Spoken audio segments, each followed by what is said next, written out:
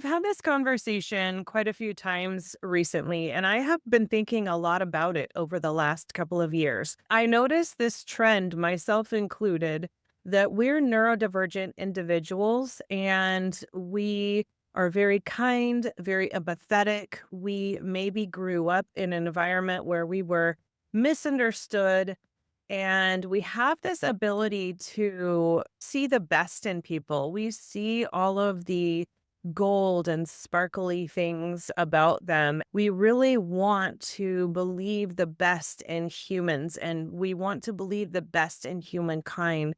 And we maybe explain away all of the red flags. It could be that you were raised to believe that part of love is putting up with harsh words or things that don't really feel very well or they're prickly, right? Maybe subtle put downs, whether they're blatant or subtle. It's really interesting because it's not all neurodivergent people, right? But is this branch of neurodivergent people that we see the best in people and we kind of see the best in humanity.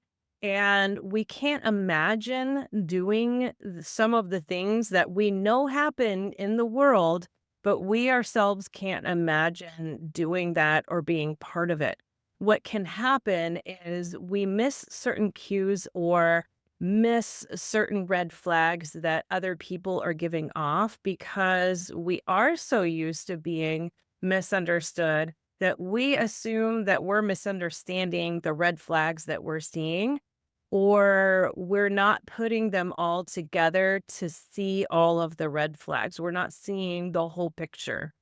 And so we just continue to love on people and trust people. And that can get us in trouble because then we get into a place where our own mental and emotional safety is not preserved. I think even sometimes what we can do is we can question the red flags if they are even red flags. Having that time to be quiet and ask ourselves to trust ourselves. What am I feeling inside? What happened in that situation that I felt unsettled or I felt something didn't seem right? That clear indication that something is happening in our body or our mind is starting to reel over and ruminate over a certain thing that happened or a situation that happened. Taking that time to center ourselves and be quiet with ourselves and ask ourselves, is that really a red flag?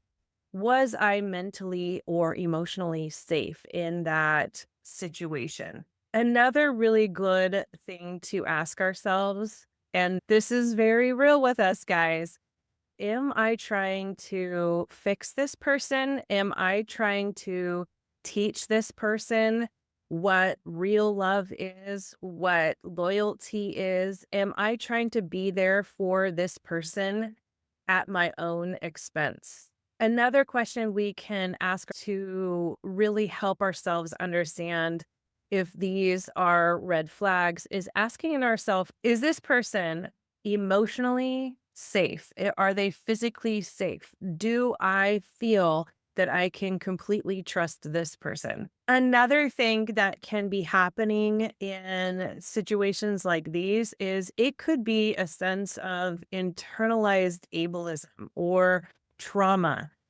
And asking ourselves, was that situation as bad as I thought that it was?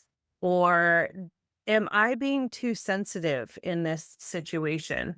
Maybe you grew up in an environment where you were told that you were too much or too sensitive, and you internalize that as I have to put up with bad behavior or disrespected or manipulated because I am too sensitive. And you internalize that to question yourself and doubt your own judgment.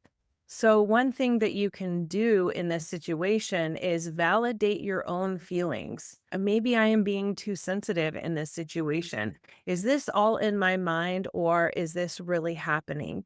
Asking yourself, is this behavior okay with me? This can be grounding in, okay, this is the way I feel, right? Whether I'm too sensitive or not too sensitive, right? This situation happened and this is how I feel about it. And this is what I think about it. And this is how I want to be treated. And this is how I don't want to be treated. Taking yourself out of that internalized ableism and trauma response of really diving deep into what you are okay with, what behaviors you're okay with living with, and what you're not, no matter what the relationship is. It could be that you have an empathetic blind spot, that you feel a lot, you feel intensely. It could be that this empathetic blind spot comes from trauma. Maybe it comes from your neurocomplexity and you're missing certain cues. It could be that you're seeing the potential of the person versus their patterned behavior. Some of the red flags that you can look for is, say you enjoy really being with someone and they're funny and you guys belly laugh together and you have a good time, but you notice they talk really badly about other people behind their back. This is a red flag because if they're talking about other people behind their back, they're most likely talking about you as well. And that is not a red flag that you want to miss. It could be that you have a friend or a person that you're dating or a partner, and you notice that they always tend to be the victim in their story. This is also notable, right? It could be that they are constantly the victim and they're never taking accountability for their own life, their own reality, and you might be their next villain. Who knows? Another red flag to notice is if someone figures out a way to get around your boundaries or they dismiss your boundaries. It could be that they give you a really good reason why they can't honor your boundaries. The fact of the matter is, this is a red flag because giving someone your boundary is, in fact, you saying, I care for you and trust you enough to tell you what is okay with me and what is not okay with me. And if someone is not honoring your boundaries, they're, in fact, saying, I don't care enough about you to honor what is okay with you. There really is no excuse to not honor your boundaries. That is a serious red flag. Some things that you can do to help yourself be able to spot red flags is ask yourself in different situations and different relationships, do I feel emotionally safe with this person? Do I feel emotionally safe or physically safe in this relationship? Do I trust this person to listen and honor my boundaries? Can I be myself, fully be myself around this person? Or do I abandon myself, my thoughts, my beliefs, or who I am when I'm around this person? Do I need to hide any part of who I am to be in this person's presence? If you've noticed that any of this rings true for you, there is nothing wrong with you. You are not broken. You are absolutely wonderfully beautiful in your empathetic neurodiversity.